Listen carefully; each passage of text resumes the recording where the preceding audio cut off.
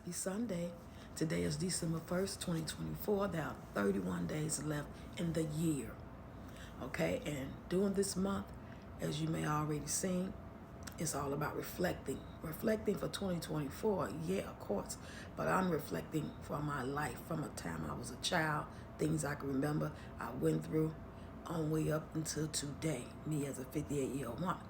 So with me doing that, I will be also telling different story times. There are 31 days, like I said. So will I be doing a story time every day? Probably not. Will I be doing a story time 1 to 3 times a week? Probably. So today's story time will be about my first sexual experience at the age of 16. So my videos are always tagged as not for children. But if you're playing it on your TV and you have kids around, you might want them to go in the room, And I'm not going to get raunchy or anything like that, but still, certain things you don't want kids to necessarily listen to, right? Okay, before I go on to tell the story, let me just say that that was my first experience I'm about to tell you about, but it was not my first time trying. With a totally, completely different person, probably a year before, something like that. I tried, but it was so painful. He asked me if I wanted him to stop, and I said yeah, and he stopped. And he was a perfect gentleman. I don't know what he is these days. His family knew my family before we even knew about each other, and I hope they all are doing well. I haven't heard from him probably since the 80s.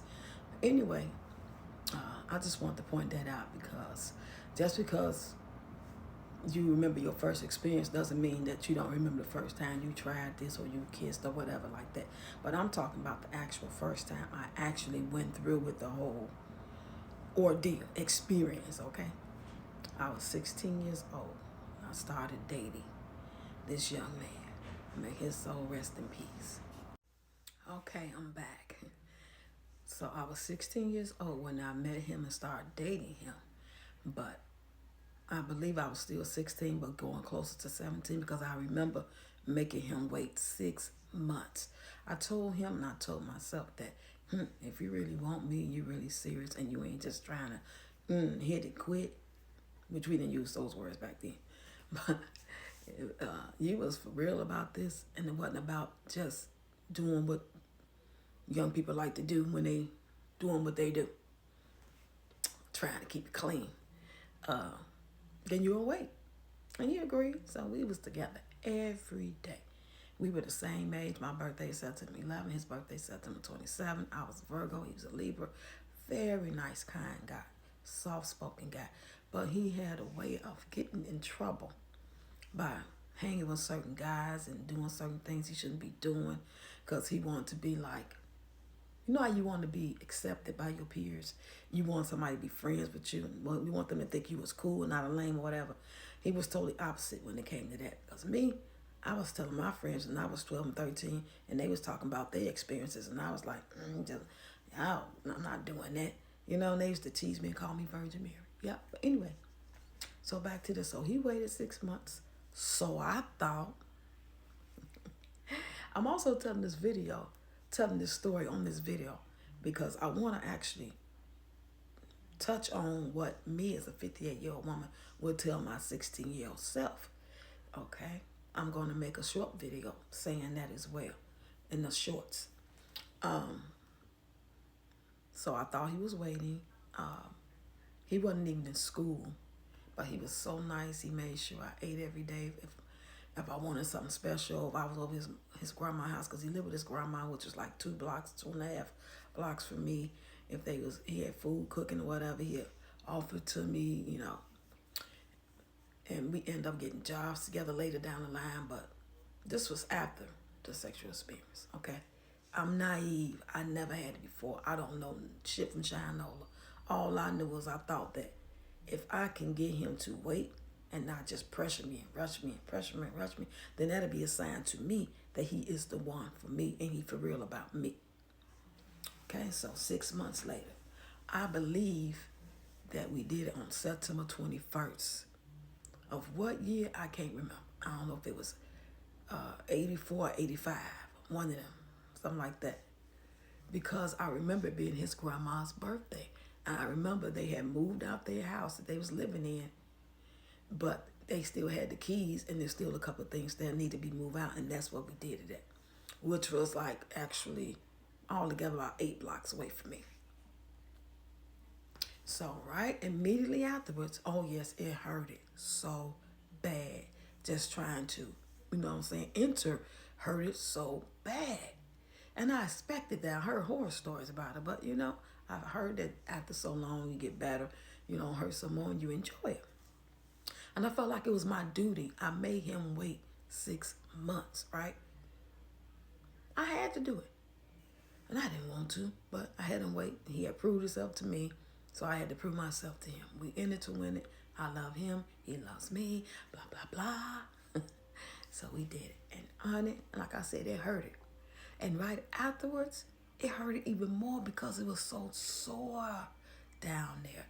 It was so burning, like irritated.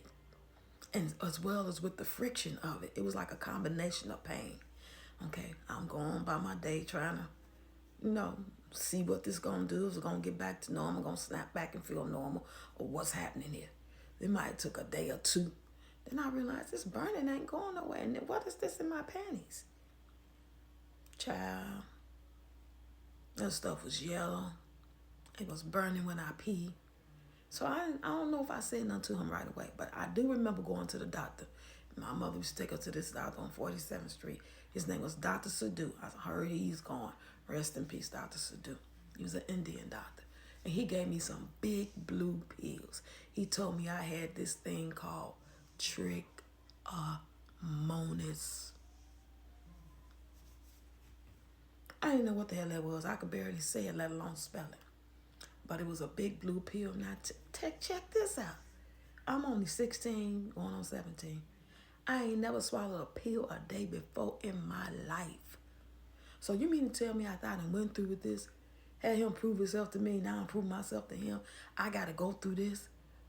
Not just the pain from doing it. I could deal with that because I'm going to snap back and it's going to feel normal. Then I'll do it again. Each time we do it, it get better and better.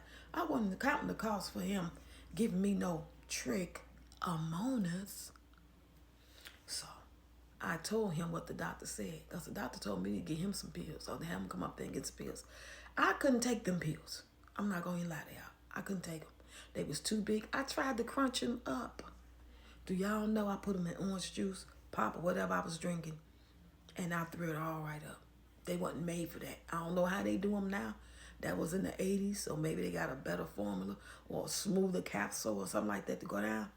But I didn't swallow a pill until 1999. I got really sick at my job, and I worked at a hospital, and they took me back there and gave me prednisone, and they were so small, so I swallowed them. And I was in so much pain. That's another story. I just want to put that out there. Y'all know how I do. I told him about it. He took the pills. So when we did do something, because I know I don't want to be stopped. Back your ass back, Roxy. And when we did it again, it wasn't that easy. I cussed him out, blah, blah, blah. He admitted it was the girl upstairs that lived in that old building when they had just moved from. Remember where we did it at? And they was moving out. So we still had the keys, blah, blah, blah.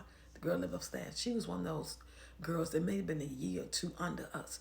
But she was fast, and he did it with her while I thought he was waiting on. He was waiting on me, all right.